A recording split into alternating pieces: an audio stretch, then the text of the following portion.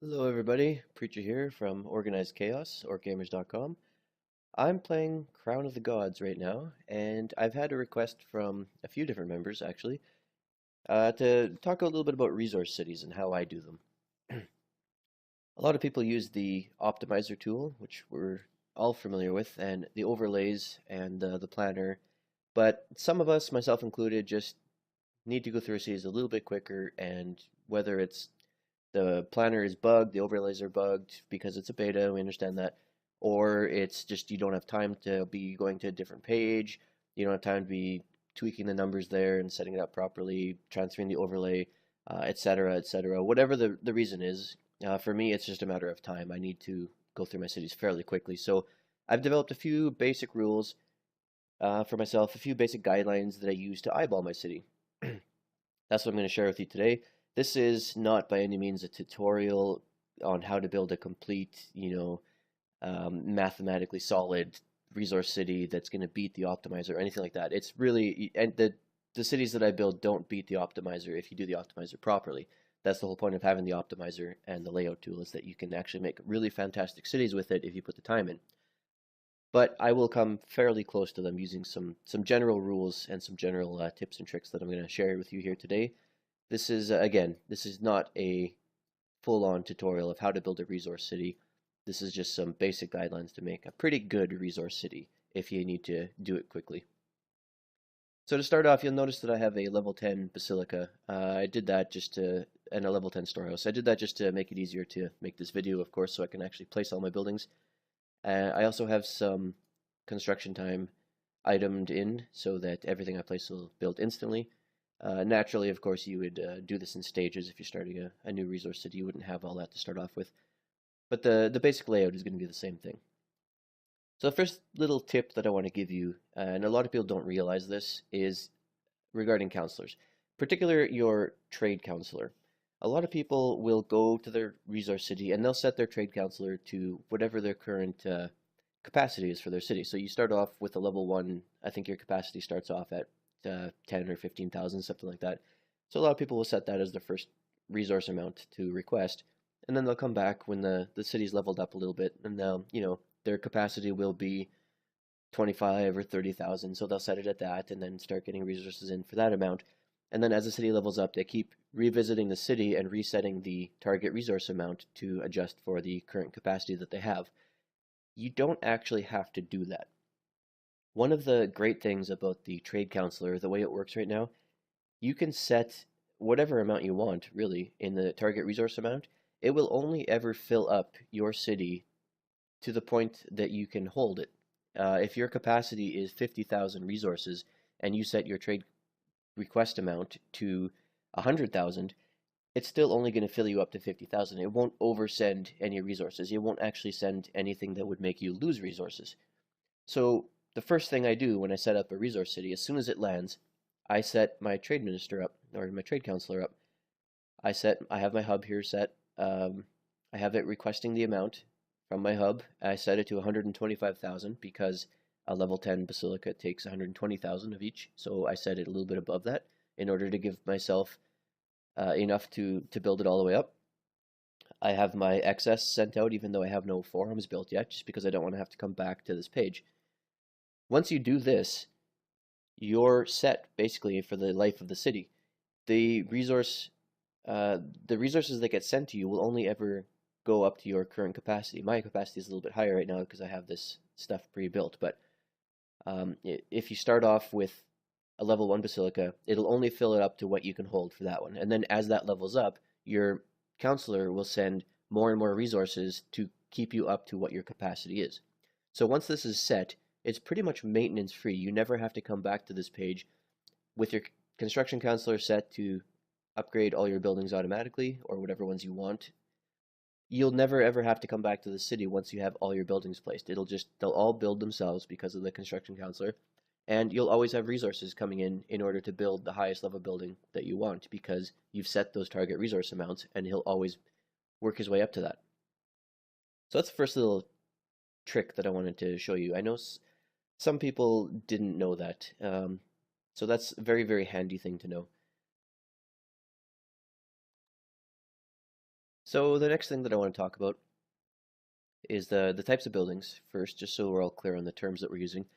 A building that produces resources, so for example, your forester's huts, your stone mines, your farms, your iron mines, the ones that are actually making the resources. Those are your production buildings. They're producing the resources. Your enhancement buildings are the ones that enhance those resource buildings. It enhances their production. So your sawmill, your mason site, your grain mill, and your smelter. Okay, so basically what I'm going to do here is just lay out this resource city as I would normally in the game. This is actually one of my cities that I planned on making resources anyways, so you'll get to see kind of my thought process as I go and lay it out. Normally, like I said, you would be starting from level 1 and working your way up as your basilica increases before you can place certain buildings. But since mine is pre-built to level 10, I'll just lay out all the buildings that I would do to show you what my finished city layout would look like. One of the first rules that you want to remember is that you want to always have the maximum amount of production buildings touching each enhancement building. You want to minimize your use of the enhancement buildings, the sawmills, the stonemasons, grain mills, that stuff. You want to minimize those because they're not producing anything themselves. So the more things that they can be touching to enhance, the more space that you'll have for actual production buildings that are going to give you something. So for example, anytime that you can get 6 production buildings touching an enhancement building, that's your ideal. That's sort of what you're going for. That's kind of the max that you can have at any one time and still be producing resources. Each resource building that is going to be producing resources needs to be touching at least one resource node. More is better, of course. 2 or 3 or 4 is better. But as long as it's touching one resource node and an enhancement building, it'll give you a pretty good amount of res. So the goal here is to maximize the production of resources and minimize the wasted space of non-resource producing buildings. So we want to minimize our use of, cabins, minimize our use of sawmills and masons huts, etc., and have the maximum amount of resource producing buildings. So we want to have as many stone mines and as many foresters huts and as many iron mines as we can. So sometimes you have to get creative to do this. I'm going to start off with stone, just because I see a nice little spot here. I'm looking always for where I can maximize my production. So I see a spot here in this corner that has, pretty good stone nodes, and I see some pretty good potential here. Now you might look at this and think that, it's a little cramped, or that it's not a big cluster, it's 2 separate smaller clusters, but I see this actually as one big cluster, and I see a way that I can maximize my production here. You got to get creative a little bit sometimes. So I'm going to count out here. If I was to place, obviously I'm not going to place an enhancement building up against the wall, so I can go ahead and place my stone here against the wall because I know that that's what's going to go there. Now let's say I have some options here. If I was to place my enhancement building right here, for example, I would have 1, 2, 3, 4, I would have 5 resource production buildings touching it. That's pretty good.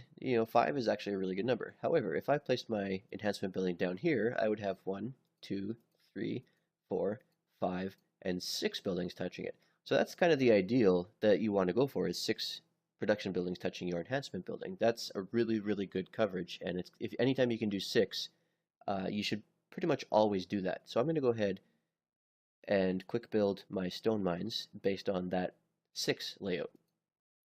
So I've got my 6 stone mines producing resources.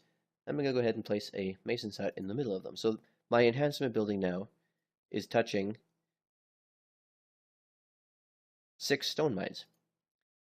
That's perfect. That gives me a really good investment for the space that I've used up. It takes up this node area nicely. It makes use of the top and the bottom layers. It's turned 2 separate small clusters of stone into one good-sized cluster of stone production.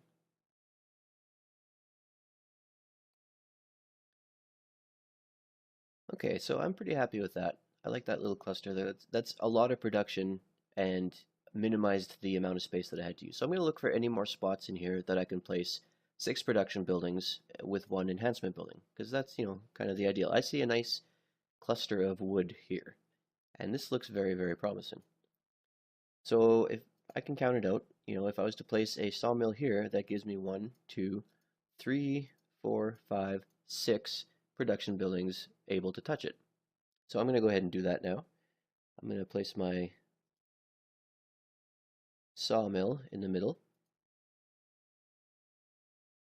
And the key to spotting these sort of clusters is to look at the whole picture and don't look at each line as sort of its own cluster of nodes. Look at this cluster of nodes plus this single one plus these two here as one big area that you can support your production buildings in. Because ultimately, it gives you a lot of space to work with, and each one of these production buildings is touching a decent amount of wood nodes, except for this bottom one, which is only touching one. But even that one still gives a pretty good bonus, considering it's also touching the enhancement building. Okay, so I see another spot here that, and this is where a lot of people might miss this opportunity. This stone node here, these 3 stone nodes, don't look like a whole lot on their own. If you're just looking at them, you're thinking, well, they're kind of spread out. There's only singles. There's not really much you can do with it. So this is where you got to be a little bit creative. There's not any big clusters here on their own, and it's only 3 stone nodes. However, I see an opportunity to place 6 production buildings. If I was to place my stonemason, or my mason's hut, right here, that gives me an opportunity to place 1, 2, 3, 4, 5, 6 stone mines. And that's the ideal that we're going for. And each of them will be touching at least 1 stone node. Most of them will be touching 2 stone nodes diagonally. So I'm going to go ahead and place my 6 stone mines here.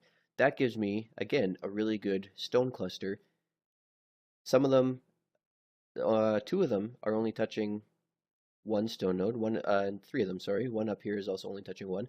However, that 1 is still giving it a 45% bonus, and it's also getting a bonus from the enhancement building. So you're still getting a really good production rate with a minimum of wasted space. And you can turn a very innocent and non-productive looking stone cluster of these 3 individual nodes here, you can turn it into a very high production stone producing area here. So I've got my 6 and I've got my enhancement building. I'm going to go ahead and look and see what else I can find as far as 6 goes. I'm running out of places that I can easily spot some 6 spots to place, but I did find one here with the iron. So if I look at this iron cluster of nodes, it's a little bit tricky because there's not a lot of space. It's kind of blocked off by the stone here. However, if I look at this spot right here, if I was to place a smelter here, which I will go ahead and do, that gives me 1, 2, 3, 4, 5, 6 places to place iron mines around it. And each of those iron mines will be touching at least 1 iron node. So that's pretty much perfect. That's pretty much exactly what I want. So I'm going to go ahead and quick build the iron mines.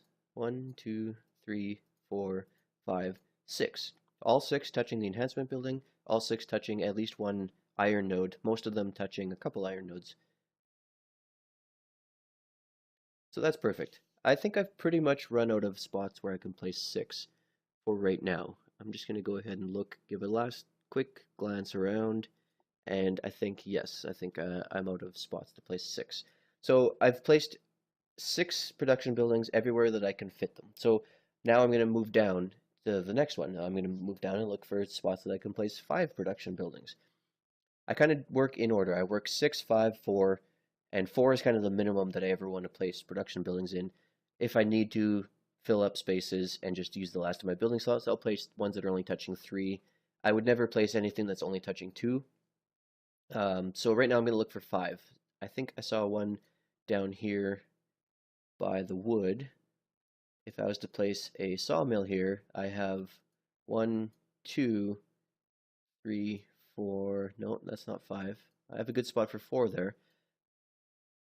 If I was to place a sawmill here, I have 1, 2, 3, 4. Again, I got lots of good spots here that are looking good for 4, but I'm not seeing really anywhere that I can place 5 production. Oh, you know what? I just see one with the iron here.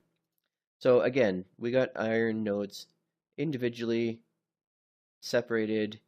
It doesn't look like a whole lot, but if I was to place a smelter here, I got one, two, three, four. Okay, that doesn't work. If I was to place a smelter here, I got one, two, three, four, five.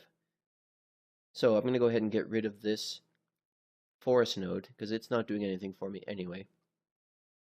Normally I would just demolish it and let time do its thing, but because I'm making a video here and I need to see it quickly, I'm going to go ahead and just use my Denari and demolish that. So that frees up that space. So if I put a smelter there, got my smelter, I'm going to quick build iron mines, 1, 2, 3, 4, 5.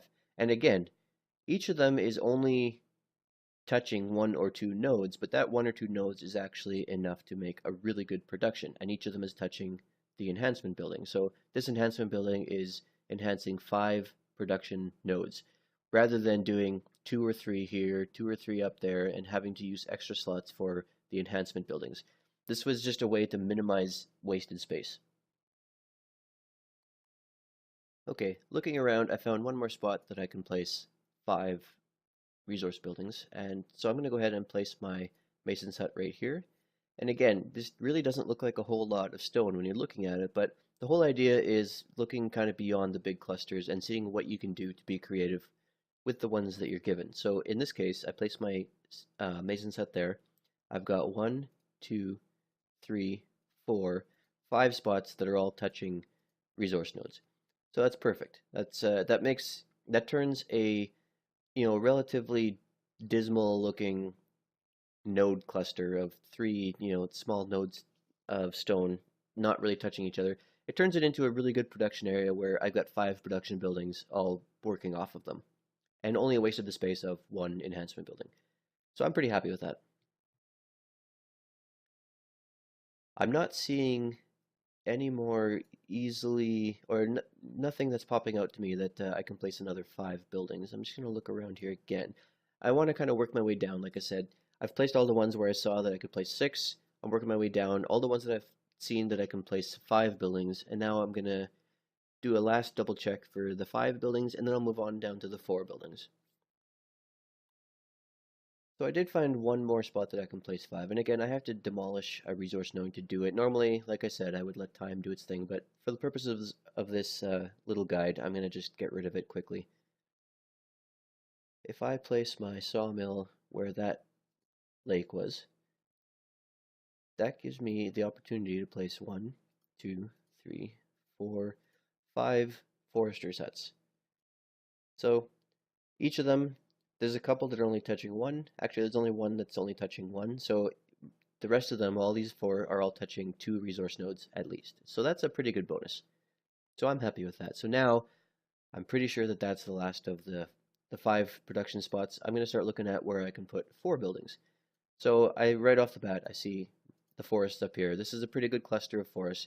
I actually don't like big clusters like this because it actually limits your spots. I prefer open spaces like I have down here where I can actually fit in a lot of different buildings.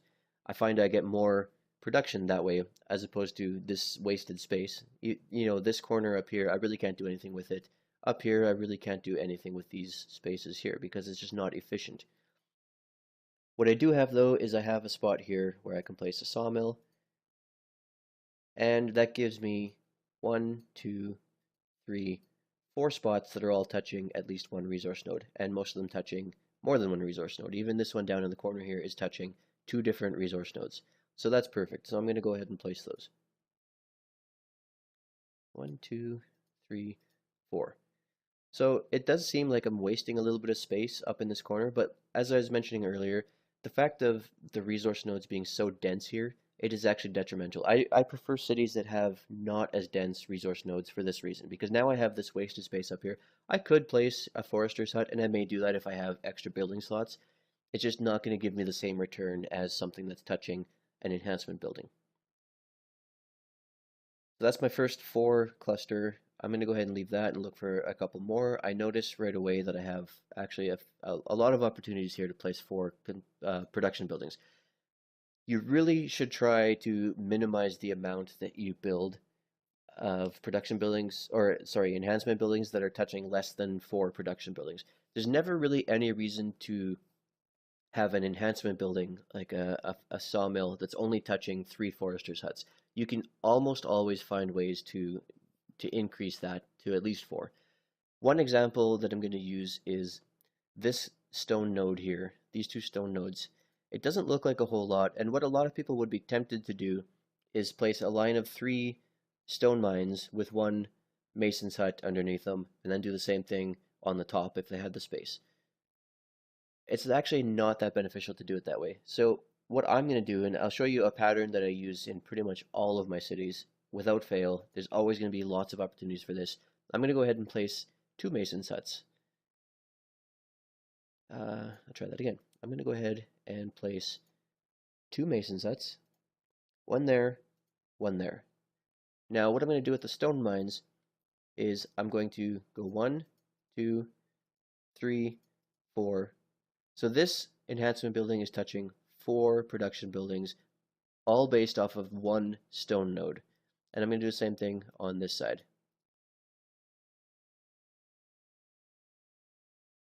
So I've got 8 production buildings now using 2 enhancement buildings, and I just noticed this enhancement building on the left here, I actually have another stone node here. So I'm going to go ahead and place 1, 2, both touching that one. So that actually on this enhancement building gives me 1, 2, 3, 4, 5, 6 production buildings. So I actually missed that at the start. This enhancement building on the right side gives me 1, 2, 3, and 4. 4 production buildings, 1 enhancement building, all based off of this tiny little cluster of 2 resource nodes. You're going to find that that's a very, very easy way to get in a lot of production, and you can do it with 1 resource node available. So for example, just to show you, I'm going to use this iron node here. 1 iron node doesn't seem like a whole lot, but place my smelter on the side of it, take my iron mines. I have 1, 2, 3, 4 production buildings, all touching a resource node, all being enhanced by the smelter. That's going to give me, it's not ideal because it's only 1 resource node, but at the same time, it's eliminating any wasted space. It's going to give me a really good production considering it's only 1 resource node and the small amount of space that I'm taking up. You can take that same principle, you can use it pretty much anywhere on the city. Now that we've used up all the 5 and 6 slots that we've seen, this is pretty much going to be the standard for how we do the rest of the city. We're going to lay out pretty much all the rest of these buildings using this 4 production building pattern. So, for example, I'm going to go ahead and grab my mason's hut right here, and I'm already seeing some potential. You'll find a lot of times that as you go through to the 4 stage, you start seeing potential for different areas. So for example here, I'm seeing potential with this stone node. I was going to do my normal pattern of 4 here. So I've got my normal pattern of 4, but now I see that I got this other stone node that's in range. So I'm going to go an extra 2 here. So this one actually gives me 6 again. So this is another 6 spot that I missed earlier. But by doing that 4 pattern, it allowed me to see that it was in range and allow me to place those extra buildings.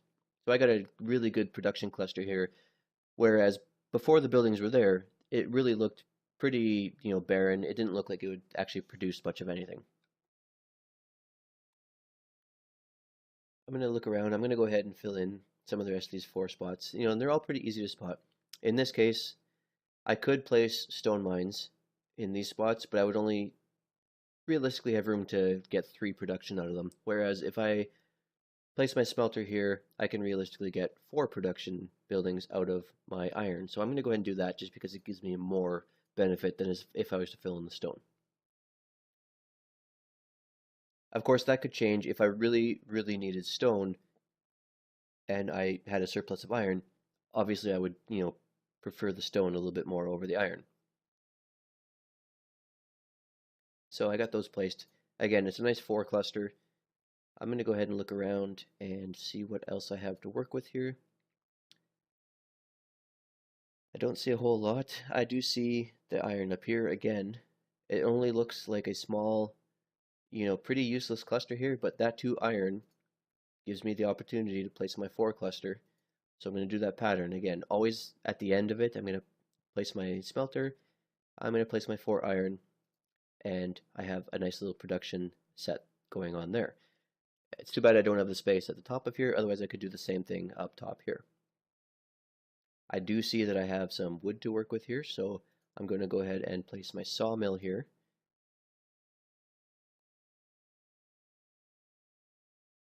One, two, three. In this case, I want to show you as an example. In this case, I'm only getting 3 production buildings touching my enhancement building because there's a forest node in the way. It's actually going to be more beneficial for me, in this case, to get rid of this forest node. Even though I'm building wood here and I'm going for wood production, that's taking up space that could be used by another production building. This forest node here is only giving plus 45% to this one production building. It's not affecting anything else. So my options are plus 45% to this one building, or place a whole nother building here that gets the bonus from this node and from the enhancement building. It works out that it's actually going to be much more beneficial for me to get rid of that forest and place a forester's hut there. So that gives me my 4 buildings, 1, 2, 3, and 4, with my 1 enhancement building, each of them touching at least one forest node. By getting rid of that forest node, I actually increased my wood production.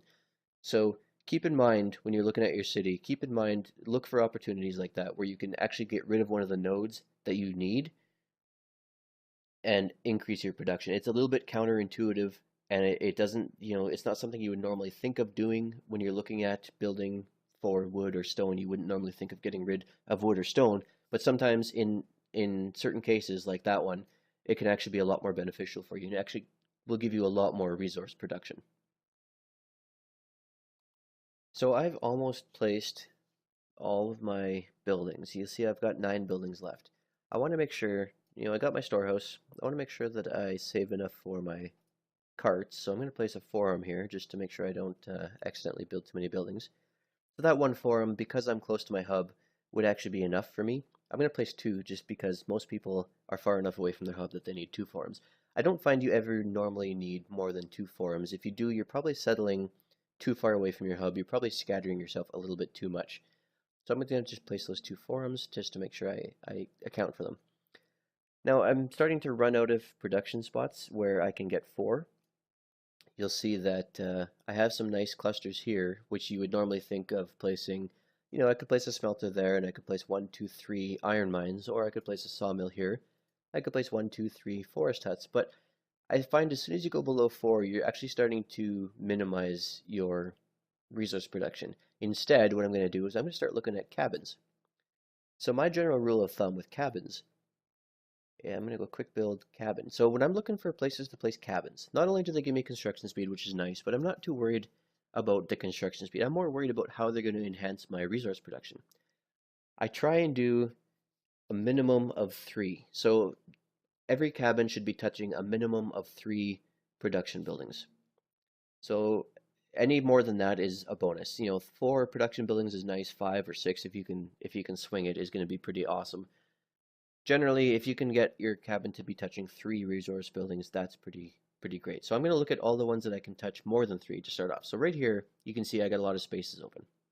So here's one cabin. It's touching 1, 2, 3, 4 resource buildings. Here's another cabin spot. It's touching 1, 2, 3, 4 resource buildings. So that's going to dramatically increase my resource production because each cabin acts essentially as another resource node. So it's almost like having an extra forest node in those 2 spots. If I look around, I can see people might be tempted to fill in empty spaces like right here and here. But if you look at it, each cabin, if I was to place a cabin there, is only touching 2 resource buildings. So it's really not worth it. However, if I look at this spot here, I have 1, 2 stone mines and 1, 2 iron mines. So this cabin is actually touching 4 different production buildings. That's really good. I'm going to go ahead and do that.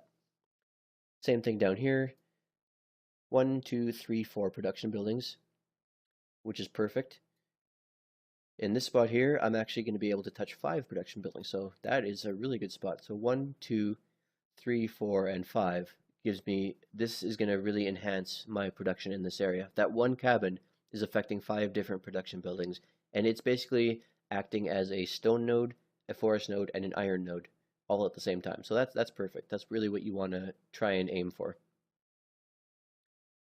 Looking around, I don't see too many other spots that I can get big numbers like that. So I don't see spots. Oh, okay. Here's another spot. So you'll notice this lake is in the way. This lake is touching 4 different foresters' huts. So I'm going to go ahead and get rid of that lake. I'm going to place a cabin there instead. So this cabin, you'll see 1, 2, 3, 4 foresters' huts. So that's perfect. That's exactly what I want. I've pretty much run out of spots where I'll be able to touch 4 or more production buildings.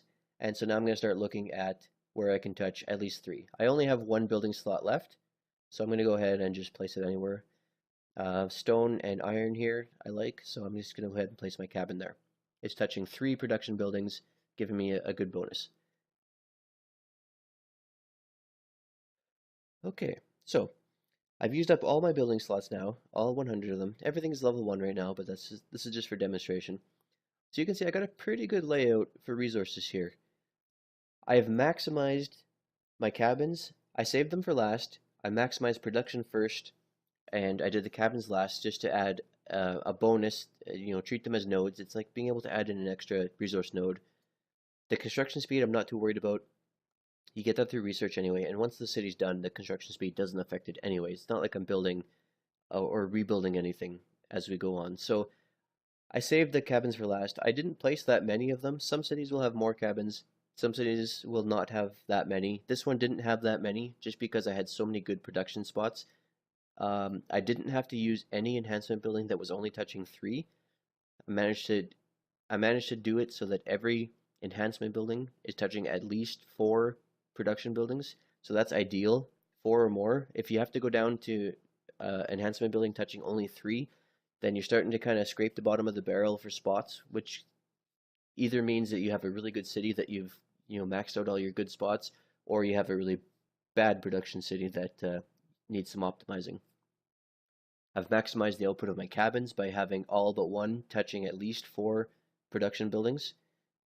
So some of my cabins, like we have up here, is acting as 3 different nodes. I have other cabins that are acting as 2 different nodes. I don't have any cabins. Sorry, I do have some cabins that are acting as only 1 node, but again, they're touching at least 4 production buildings, so they're really enhancing it by a lot. I've taken what looks like very bad resource node areas, for example, 3 single ones here, and I've maximized the space and the production around them. I've taken this single iron node here and maximized production around it. So I've been creative. You can be creative, think outside the box, take a look at what would traditionally be considered a fairly useless area. Again, for example, the single node, and see how you can make use of it. The single nodes are great. I love having single nodes with space around them because you can get a really good production cluster of 5 buildings around them. You just got to be thinking of how you can use it to its best potential. So, I'm all talk, of course. Let's see how it actually stacks up. I'm going to copy my layout. I'm going to go to my city notes. I'm going to go to city layout. I'm going to highlight it all. I'm going to copy it.